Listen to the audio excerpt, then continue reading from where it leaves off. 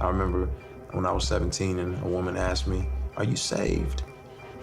I didn't have any idea what she meant. I was like, saved? What the heck is saved? The best thing I could think through was maybe she means, am I like my grandmother? And I adamantly told her no, because I'm not like my grandmother. I do hip-hop music. It's more than music, it's actually a culture. It's the lens by which you see the world. They talking reckless, what you expecting from The Walking Dead. Man, it's okay to be bold, passionate. It's masculinity. It's what I do. I used to sneak and watch rap videos in my grandmother's house because I was too little. She wouldn't have let me watch them. And I would sit there and watch them, and I would just marvel. Late at night, I found people to look up to. There were no Barack Obamas, there were no Martin Luther Kings and Malcolm X's. They'd all passed away, and so I had Tupac. I've been trapped since birth. Cautious, cause I'm cursed. The fantasies of my family in a hearse. And they say it's the white man I should fear, but it's my own kind doing all the killing here. I wasn't the greatest athlete, definitely wasn't a scholarly student. I wasn't the toughest guy, but being able to rap was my source of significance. I grew up wrestling with significance because my father and my mother weren't together. Never met my father.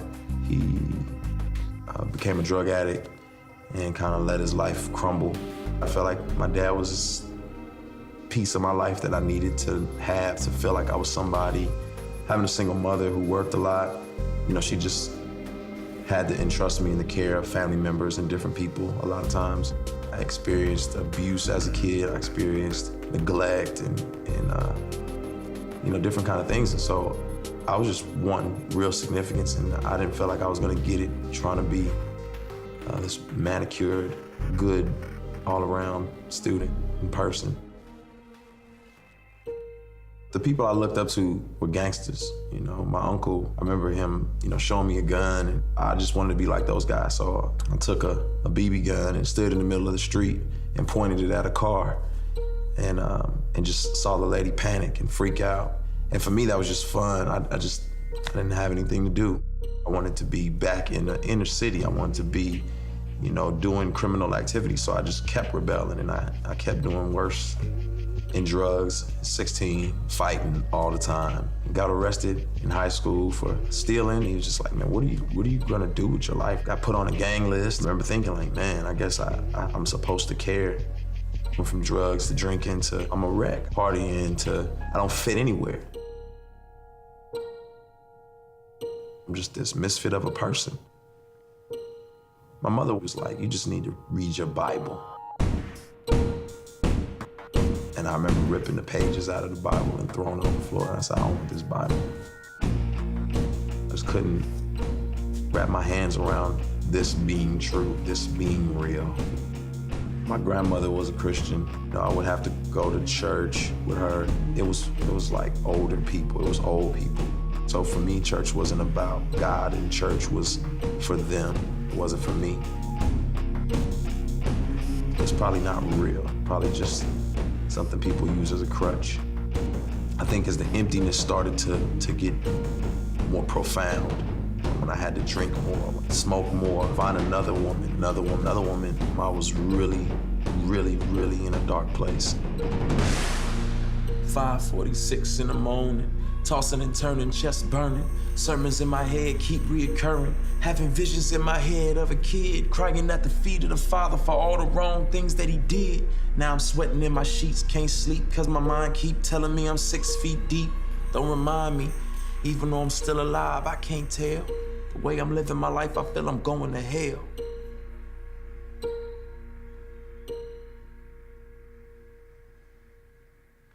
I got invited by a friend to a conference, and you know, I'm really just more excited about being in a big city. I'm more excited about there being girls. I'm more excited about just what the city brings.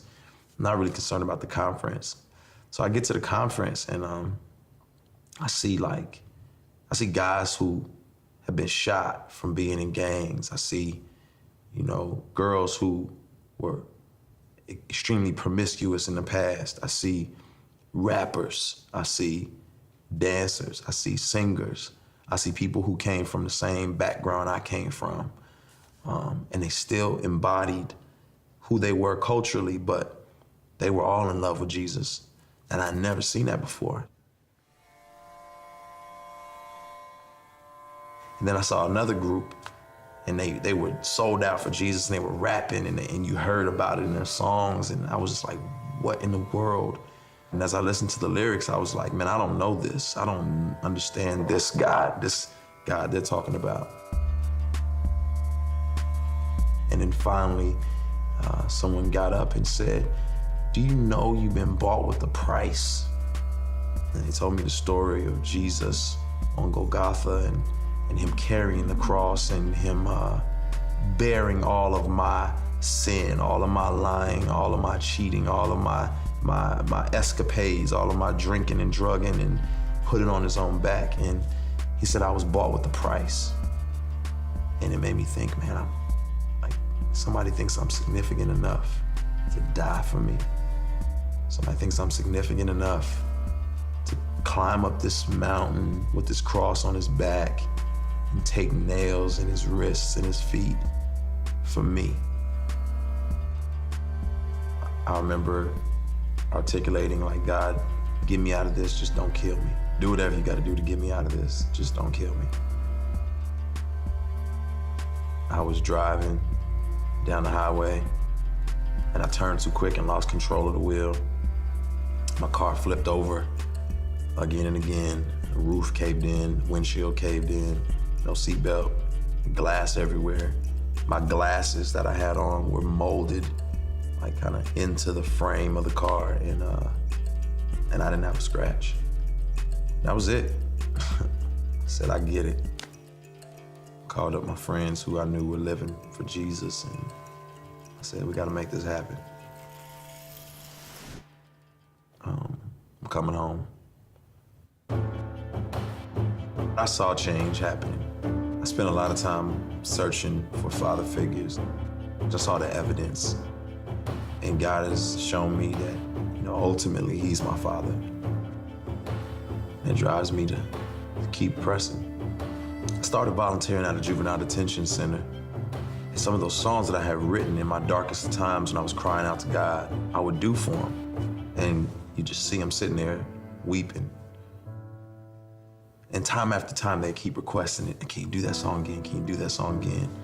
I just need that to hold on to. I need something that's gonna remind me that I need Jesus. It hit me like, this is what I wanna do. I wanna use music to offer hope and encouragement to people. I was created by God, but I didn't want to be like Him, I want to be Him. The Jack Sparrow of my Caribbean. I remember the first created being and how He shifted the blame on His dame for fruit He shouldn't have eaten. And now look at us all out of Eden, wearing designer fig leaves by Louis Vuitton, make believing. But God sees through my foolish pride and that I'm weak like Adam, another victim of Lucifer's lies. But then in steps Jesus. All men were created to lead, but we needed somebody to lead us. More than a teacher, but somebody to buy us back from the darkness. You could say He redeemed us.